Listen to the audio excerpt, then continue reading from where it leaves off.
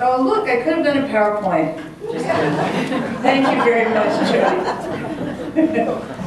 Seems like we physicians can't talk without PowerPoints sometimes anymore. I'd like to add my welcome to all of you to this wonderful event. It's an event that this is the first time I've been in the country really for the event, so I'm very thrilled to be here. It's a very moving and joyful event, and Bill was a very important person.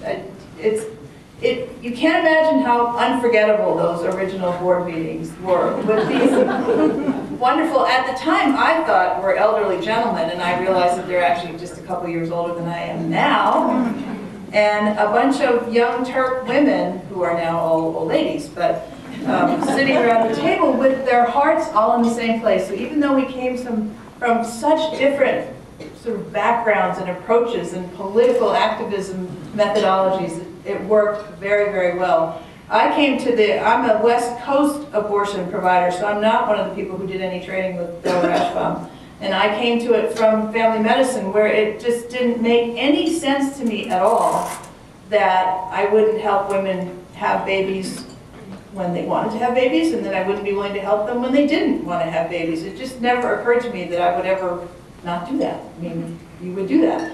And so I learned from the man who invented Denniston dilators on the West Coast and started doing abortions in 1974. And when I teach, or even once when I'm providing, and you realize that you're teaching people who weren't even born when you were already long into doing these procedures, it's a little daunting, but encouraging nonetheless. And it's been a very wonderful journey through this, practicing this medicine.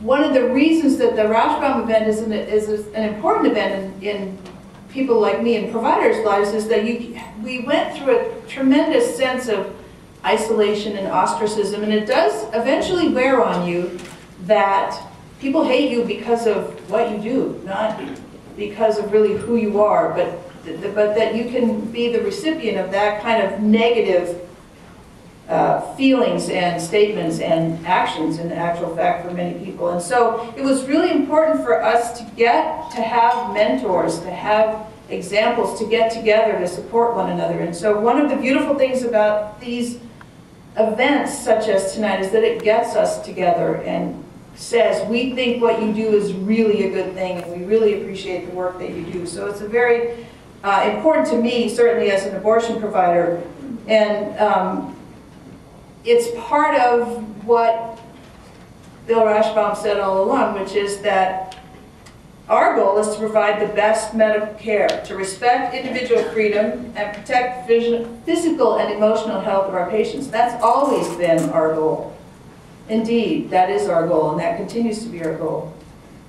He was really good at the sort of short, almost like what I call a duh statement, and that he had duh been invented really when we were on the board together, he would have said it a lot. I feel like I follow in his footsteps. Duh.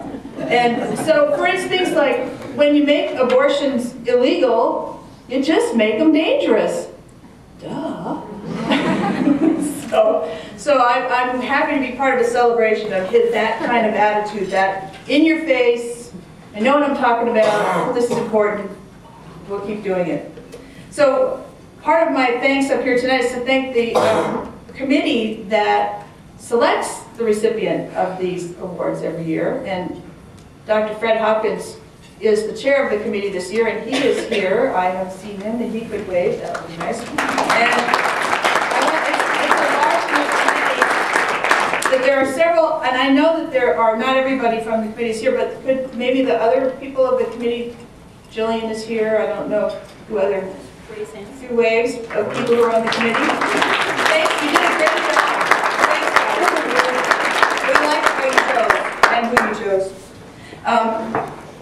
And I get to hand over to Dr. Hansen to do the next series of introductions. And I will never forget my first meetings at the National Abortion Federation, a sea of male physicians. And so at conferences, you know, at the end of a presentation, people would either raise their hand or they'd walk to the mic or something.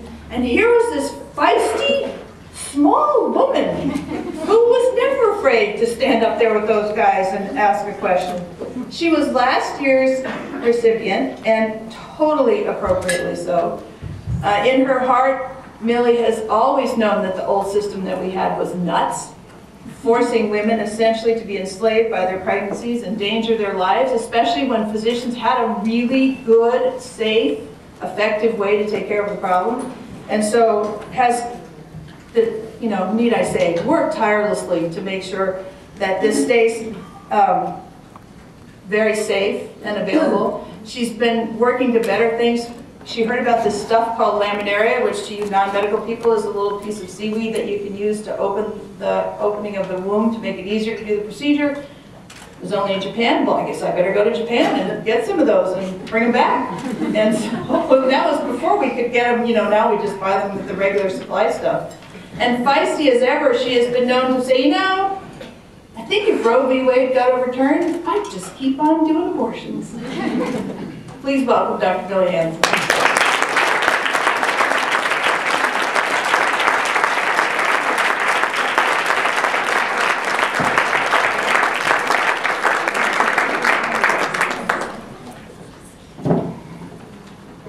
Thank you, Susan.